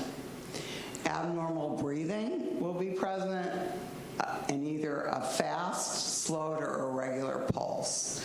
But often in an opioid, as I mentioned, in an opioid overdose, the person may still have a pulse in the beginning of their struggle. So those are some pictures, and you know, it's important to look for those signs. You may hear snoring or gurgling kind of breathing, but usually it's either slow or not breathing at all. So different drugs are associated with varying overdose effects. Some signs of overdose for various types of drugs include, for the central nervous system depressants, you'll see shallow breathing, a weak pulse, clammy skin, coma, and then death from respiratory arrest. Hallucinogens will produce psychotic features, agitation, and delirium. Inhalants, there'll be a marked central nervous system depression, loss of consciousness, stupor or coma, arrhythmia, which is an abnormal heart rhythm, or in sudden death. With marijuana, you'll see profound drowsiness, unsteady gait, vomiting, tachycardia, agitation, and psychosis. And I want to say the thing with marijuana, if you have underlying unknown, either severe bipolar or schizophrenia, marijuana can set off a psychotic episode. So it's really important that if you know that you have that kind of condition, that you don't use marijuana.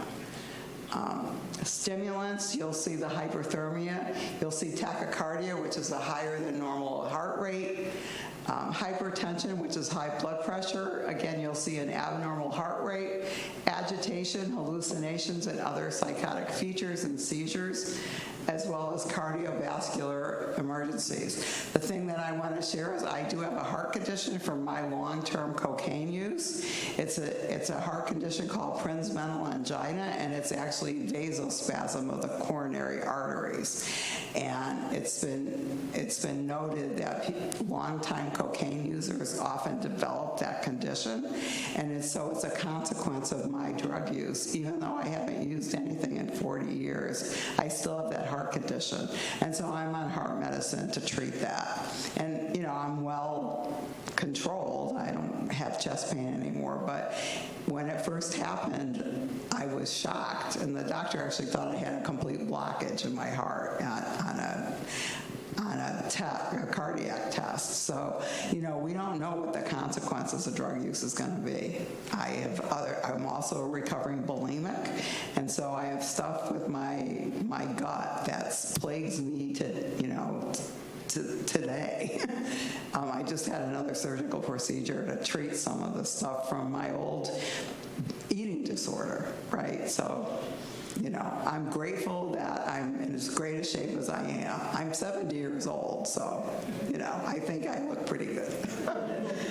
And then, of course, opioids. So you'll see the depressed level of consciousness, respiratory depression or arrest, the cold, clammy skin, cyanosis, which is, as I mentioned, the bluish skin, markedly constricted pupils. So you're going to see pinpointed pupils.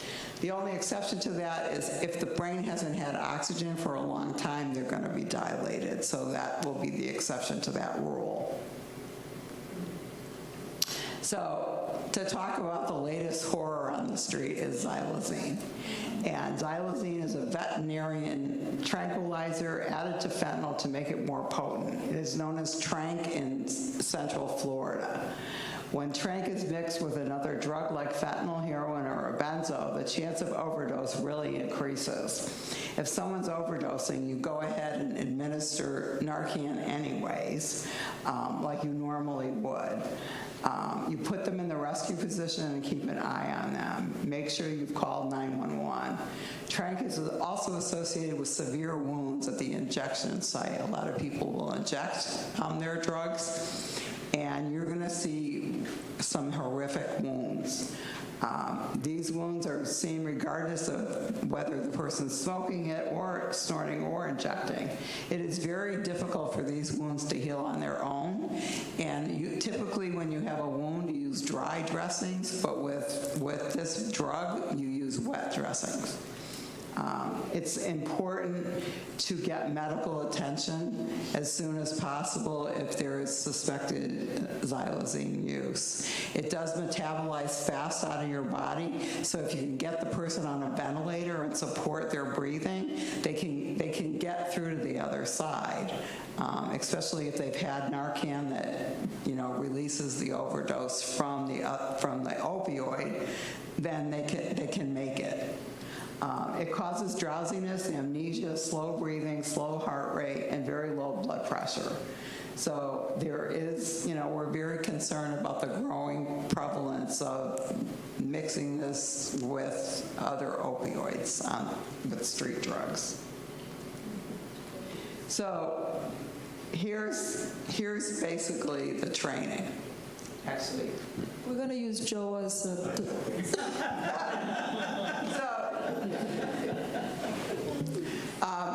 basically, you're going to check for the signs of overdose, just like we covered before. If the person won't wake up or respond to voice or touch, you can do the whole CPR rub on their chest. Are you okay? Are you okay? No response, proceed. So the breathing will be very slow, regular as stop. The pupils are pinpoint. Lips or fingernails are blue or gray. There's pale, clammy skin. Call 911. So every box has 2 doses that look like this. You're gonna peel back the tab here. You're gonna take the spray out. You're gonna put the person on their back. You're gonna tilt their head back like that. You're gonna take the Narcan just like this with your thumb on the plunger. You're going to stick it up their nostril, and you're going to smoothly push the plunger all the way up. You don't jerk it up, you go all the way.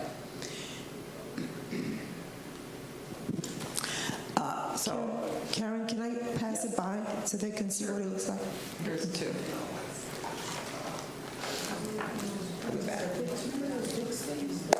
So, as I said, you're going to put your fingers like that on the Narcan nozzle. You're going to stick it stick it up their nose. Press the plunger firmly, remove it from the nostril. Each dose can only be used once.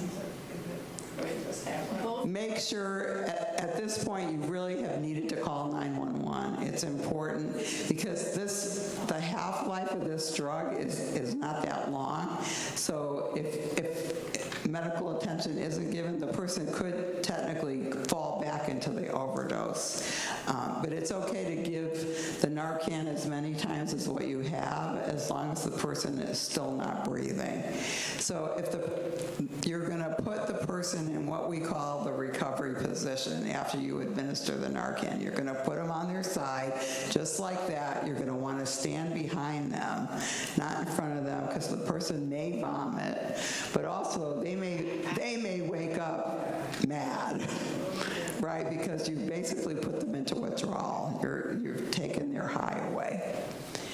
So step 2, if they haven't started breathing after the first dose, you're going to put them back on their back. You're going to administer the second dose in the other nostril. And then you're going to put them back in the recovery position. And you can keep doing that until either EMS shows up or the person starts breathing, but you really want to get them to the hospital.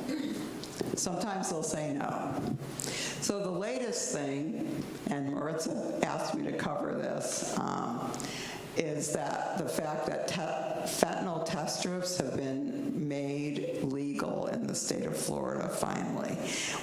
We joined 30 other states where it's legal to have fentanyl test strips. Previously, they were considered paraphernalia and they were illegal in Florida. And so now you'll be able to have fentanyl test strips. Senator Tina Polsky from Boca Raton put the bill in place, and it was signed by Governor DeSantis as making it legal. We feel that, Tom Santora is part of the Florida Harm Reduction Collective, and we feel like it's really going to help families save lives, help the person not, maybe adjust their use based on the finding from the fentanyl test strip. So basically, decriminalizing the test strips is just one legislative step that the DeSantis administration is taking to curb overdoses, which have steadily increased as the state as the drug supply becomes polluted with illicit drugs. We hope to have them soon. We need funding for it, but we hope to be able to distribute these test strips when we distribute Narcan in the future, now that it's legal. And how are they used, Karen? So here's the slide. So basically, you have to take the drug, you add water to it, and then you dip it's a test strip similar to COVID test strips, right? And this particular date safe has been noted as the one that's the most accurate. Sometimes there's false positives, false negatives. You do need to follow the bouncing ball with how to use it. We plan on also giving we have to purchase the instructions, and there's different kits that you can combine with the test strips. It's our goal that that we'll be able to have a little kit to give people with Narcan with these test strips. And this is, you're testing, I'm sorry, Joe. You're testing the drug. Yes. The drug has. Yes. So you anticipate addicts are going to test their drug before shooting up? Yes. Okay. And, the other part of this message is that we do tell them, don't use alone, and to test your drugs. Some people, for instance, I know that if Eric had test strips, he would have tested that, because he didn't do that to use, to get high. He did it to sleep. And I'm convinced, and his mother agrees with me because we're friends, that if Eric had fentanyl test strips, he would be alive today. So that's where I'm coming from. Yes. So with the Infectious Disease Elimination Act that got passed in 2019, do we know if there's any progress of getting syringe exchange programs in Volusia? Because the closest one we have right now is one. Right. So Rebel Recovery is kind of the subject matter expert. They're in Palm Beach, and they're moving into Jacksonville. As of this time, needle exchange is not legal in Volusia County. I have had conversations with Sheriff Chitwood about it. We're really trying to push the fact that it's not needle exchange, but it's infectious disease prevention. And it is, the county council is required to approve making that legal here, because it's approved statewide, but it has to be okayed county by county, and it's not in Volusia County. So is there a process currently we're still not there yet. So if you talk to your council person, the county council person, and bring it up, that would be really helpful. We actually kind of asked the Department of Health, Helene is here from the Department of Health, to kind of take up that banner, because Volusia County is still very conservative, and we didn't, based on my conversations with Sheriff Chitwood, we didn't really feel like Volusia County is ready for that, but it's a goal. So we kind of asked the Department of Health, because it is a public health issue, needle exchange, so because it does prevent Hep C and AIDS, that they take up the banner for that, and so we're kind of still stumbling along, so to speak. Platforms, how can we go about talking to our council people? Is there usually city meetings or anything? Well, you can go to the county council meetings. It's not a city level, or you would have to go to the county or Yeah. the state? It has to be approved by the county. Yeah. So, yes. Would they be providing places where somebody could shoot up and? That's kind of a different harm reduction tool. We're not talking about that per se. We're talking about being able to hand in your dirty needles for clean needles, so that. So we haven't got as far as Amsterdam. No, we have not. We're not as far as Palm Beach. Palm Beach has been doing it for a while. They have a very successful needle exchange program down there. They're the front runner, and they're who we talk to on a regular basis for help, because they've been in existence for a lot longer than us. And so, we go to them for help, and, we have to pick our battles. Yes. So that's why we haven't done a lot with this particular issue. But that's not to say that we won't. Given the changing tides, it typically requires somebody of prominence to have a family member that would have benefited by that. My husband has a liver transplant from hepatitis C, but that cost $500,000. So I'm an advocate for that, because if he got his in the Army, but he was an IV drug user after, and so it's one of those things that especially with hepatitis C, I feel it's really, really important that we do have that at some point. So thank you. So some things that you can do to help. So I talked about denial a little bit. Some things that you can do is to have an honest conversation with somebody and ask some questions. I'm not going to read all of these, but some of these questions are really like, does the thought of running out of drugs scare you? Yes, that was one of mine. Have you ever taken one drug to get over the effects of another? Or, do you use, with alcohol, what they call the hair of the dog? Well, do you have a shot in the morning to get over a hangover, right? Have you ever been arrested or in the hospital because of your drug use? Have you ever overdosed? Do you ever use drugs when you're upset or angry at somebody?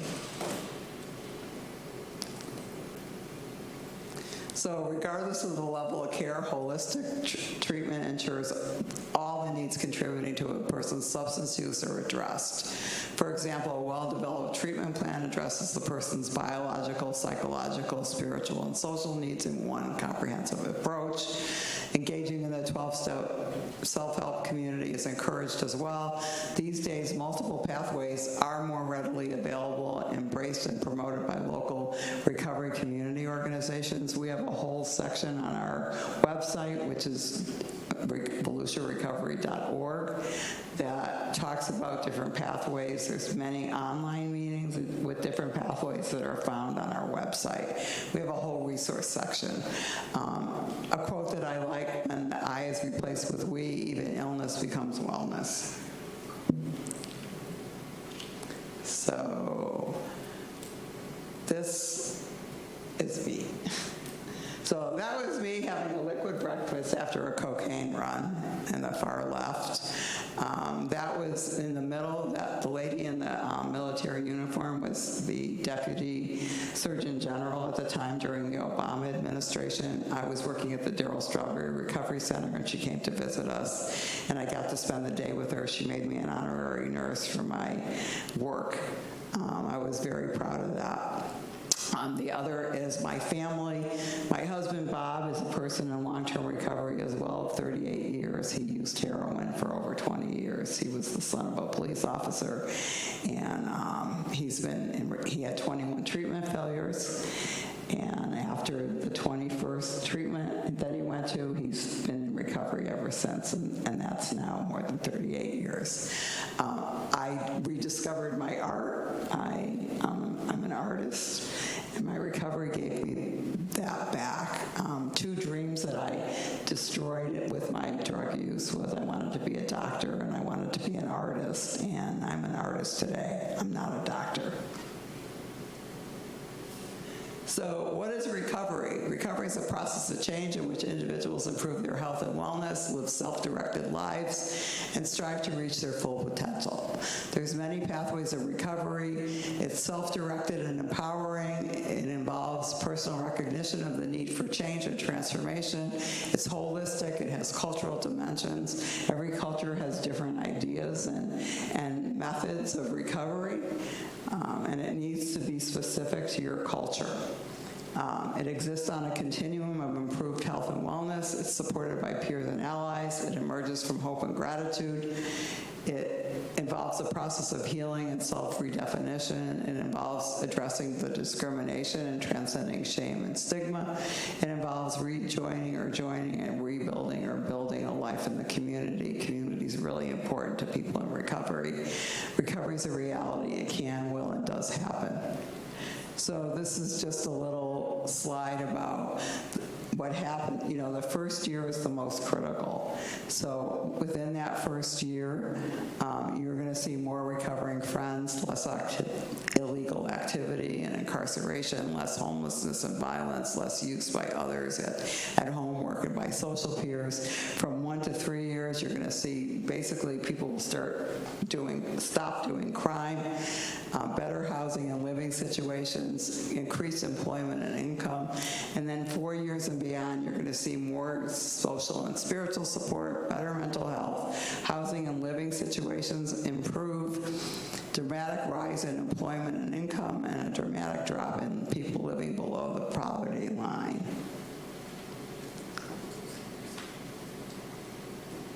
So the longer you're in recovery, the more likely you are to sustain it another year. So the first year, only 1/3 of the people will sustain their recovery. That's why we try to do as many wraparound services as possible. We offer the coaching, we offer mutual aid meetings and things like that. From 1 to 2 years, about 2/3 will make it another year. After 4 years, 86% will make it another year. That's a pretty good success rate. And then, but even after 7 years, about 14% will relapse every year. So the recovery movement in Florida is growing, as the Lieutenant Governor mentioned. We're at like 36 or 38 recovery community organizations in the state. Floridians for Recovery is the statewide organization that brings together the voices of recovery so that people know that a life of wellness from substance use disorder is possible. Basically, recovery community organizations are independent nonprofit organizations led by and governed by representatives of local communities of recovery. We organize recovery-focused policy and advocacy activities. We carry out, like trying to get those syringes. We carry out recovery-focused community education and outreach programs, and then we provide peer-based recovery services. And you can go to floridiansforrecovery.org for more information, including a map of many of the locations of recovery community organizations in the state. So we are a grassroots, Volusia Recovery Alliance is a grassroots, not-for-profit education and advocacy organization organization committed to furthering the message that recovery is possible for anyone that desires a life of wellness. We coordinate peer-driven services that provide substance use recovery resources. We exist to serve all those seeking recovery from the impact of addiction, including family, friends, and allies. We work to mobilize resources, reduce barriers, increase awareness and support in an effort to eliminate stigma and enhance recovery through multiple pathways. We link those persons with substance use disorder, their loved ones, and allies to the resources that help sustain recovery. You know, we're a diverse group of allies and people in recovery.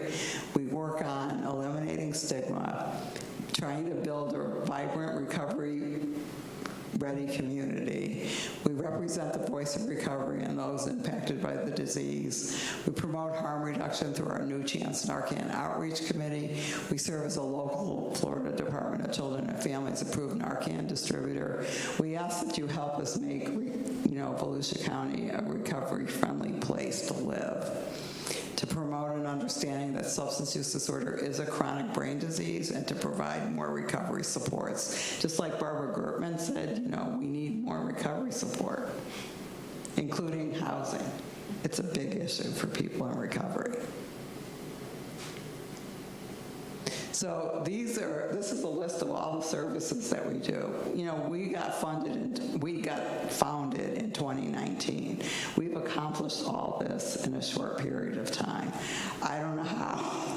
We've been very blessed to hire the right people, to have a great board, to have great community partners. And so our Hope Hub is our Resource and Engagement Center. It's open Monday through Friday to the public from 1 to 5. Trainings include overdose reversal, like what we just did.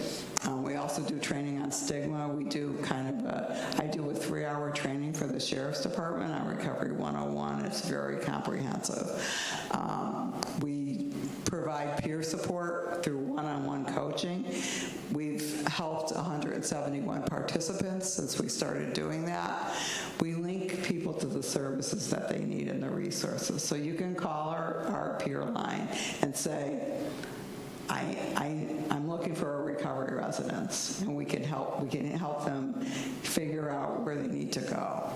We've done 1,722 referrals in that manner. We have a parent cafe in collaboration with Healthy Start. It's for parents in recovery. It teaches about the protective factors that I talked about earlier.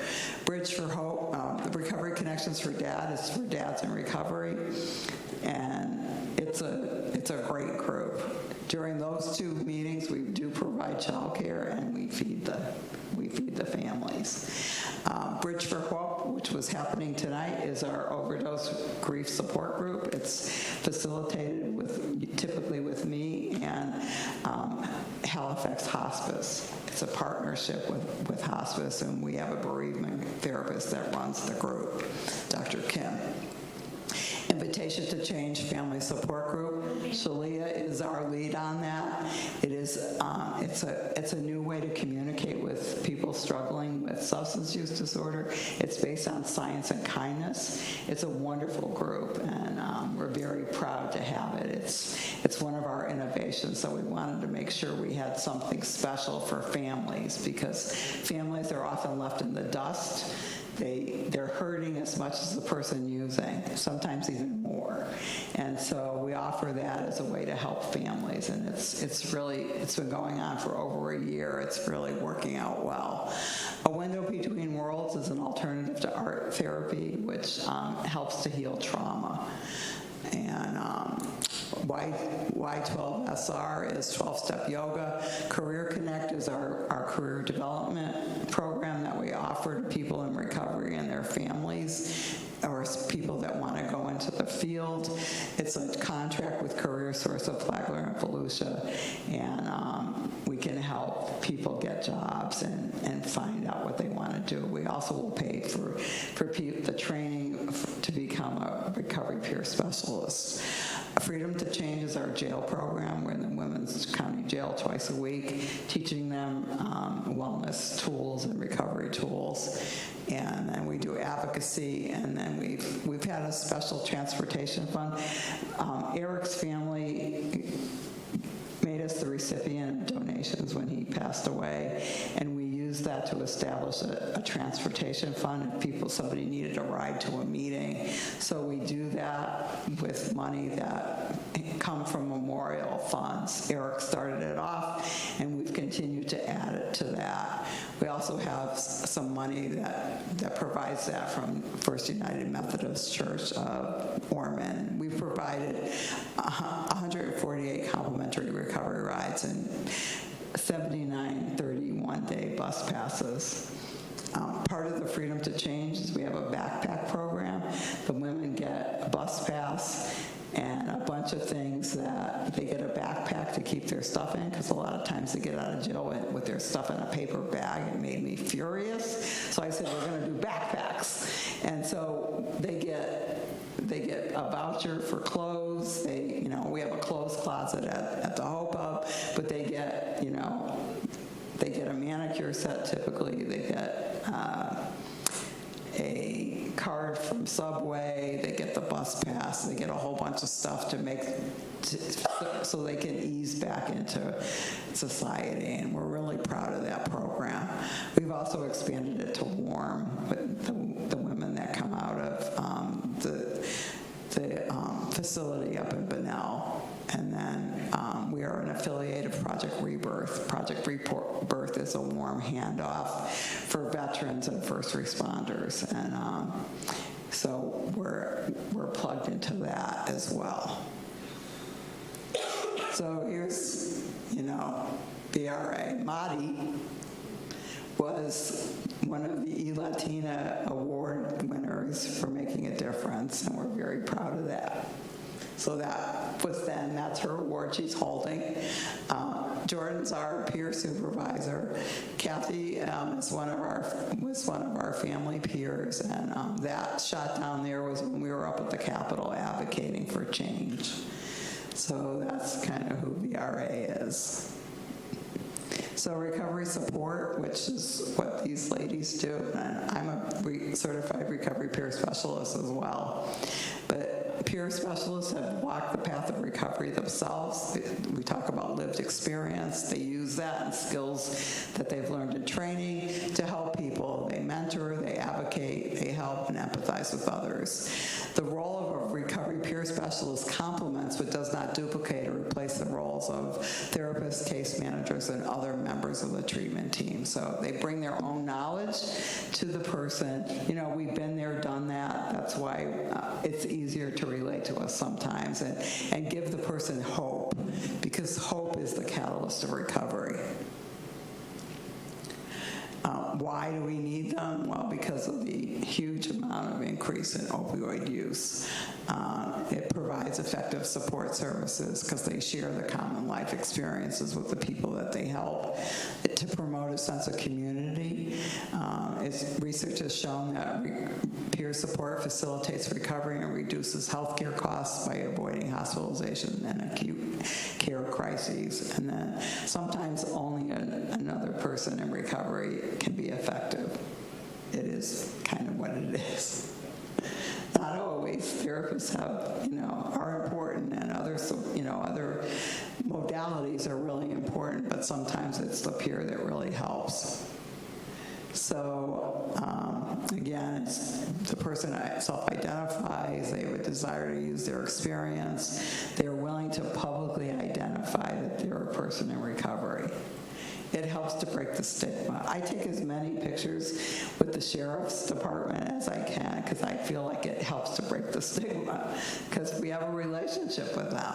And most people that use drugs don't feel that way. So we've had proper training. There is a certification for peers through the certification board in Florida. There's designations, either youth, adult, veteran, or family. And this is our information. You can follow us on Facebook. We do a lot of posts. You can go to our website, which is VolusiaRecoveryAlliance.org, or you can call the peer line, which is answered by people in recovery, at 386-777-7337. RAP is a tool that we teach as well. We can offer training to the community on it. It's wellness recovery action planning. It basically establishes what you look like when you're well, what you look like when you're starting to fall off the rails, and what you are looking like in a full-blown crisis, and then what is the crisis plan. So we teach that in the jail and in the community, and that's available to anybody that wants to request it. It takes some doing to pull it together, but we can offer that at the Hope Hub. Career Connect, as I mentioned, is that career development program from Career Source. Bridge for Hope is our grief support group. It was happening tonight. It happens at the Hope Hub the second Wednesday of the month, every month. There's many 12-step programs: Narcotics Anonymous, Alcoholics Anonymous, Cocaine, Overeaters, Al-Anon, Nar-Anon, and CODA are family programs, and there's many others. Smart Recovery is non-12-step. It became an alternative to Alcoholics Anonymous's Women for Sobriety. It uses trained facilitators that may not even be in recovery. It has a 4-step process. It's kind of like the therapy modality of CBT, which is cognitive behavioral therapy. They focus on living a balanced life. They don't tend to call themselves addicts. They don't really talk about, character defects and stuff like that. And these are some, I can never get that to change color, but at VolusiaRecoveryAlliance.org, our sister RCO in Flagler is Flagler Open Arms Recovery.org. Path for Hope, which is our partnership with the Department of Health, that's Path for Hope, https://bit.ly/path4hope, the number 4, FloridiansForRecovery.org. SAMHSA.gov has a lot of great information on it, including information on stigma reduction. SAMH.lsf.net.org is our managing entity. They have a lot of resources as well, a lot of trainings for free. FloridaHealth.gov, and then MyFloridaFamilies.com, which is our Department of Children and Families. Yes? Is it possible for you to put this presentation on the Deltona webpage? If they want to. Or at least this, because that way people can, just refer to it. I'm happy to give it to them. I share everything. One of the main beliefs about a recovery community organization is we share. Well, we have it already. She sent it up here. Yeah, actually, they do have it. So this is already on the... It's not on our website, but it could be. It could be. Our PIO is back there, so we'll let them know. Yeah, I think that'd be a great resource. Yeah, that's fine. Thank you. So what can you do? You can share that there's hope, there's freedom, there's recovery, there's a new way of life, a day at a time. I had the privilege to meet Dr. Murthy, who is our current Surgeon General, but he was the Surgeon General in the Obama administration. I was in D.C. at the White House because of Darryl Strawberry and at an event, and he made the statement, the best medicine of all is love and compassion. So I encourage each and every one of you in this room, even though I know we're a difficult population to deal with because we're kind of knuckleheads when we're using, but every life, people in recovery turn out to be fantastic people typically. And if you can treat that person with love and compassion, the chances for recovery increase. And so, all of you can have that impact on somebody. I'll end end with my husband's story. As I mentioned, he is the son of a police officer, and he was a heroin user. And the last time he overdosed, he ended up in the psych hospital in Bristol, Connecticut. And his family came in, and they were really mad at him. They were sick of it. And, you know, his dad said, you know what, we're done. We don't want anything to do with you. We can't watch you kill yourself any longer. We just don't show up at the house, don't call, nothing, right? We're done. And they left. His wife, you know, he was married to somebody else. His wife left. His brother and sister left. His brother was really mad at him because he used to use David's name, you know, because back then they didn't really have picture IDs. So sometimes it was David Lemoyne, not Robert Lemoyne. And everybody was mad at him. And they left, and one nurse, you know, the nurse that was taking care of him came in, sat on his bed and said, Shirley, and was really sweet to him and looked him in the eye with a lot of love and compassion and said, Shirley, Mr. Lemoyne, there's something you can think of to help yourself because you are worth it, even though everybody's mad at you. And he said maybe Narcotics Anonymous could help me because NA was coming in as part of, you know, the treatment that he would go to. NA meetings were brought in. And she said, I'll have somebody from that fellowship come talk to you. And at dinner time, this guy came in with a schedule, and he told my husband, you never have to use again. But you do need to come to these meetings and get help from people like me, people like you. We help each other. And he's been in recovery ever since. And so I leave you with this. Please know that recovery is possible, that it should be expected, and really recovery rocks. I couldn't be happier than I am being in recovery, so thank you for your attention. I know it's kind of a long-winded speech, but thank you. Thank you so much, Karen.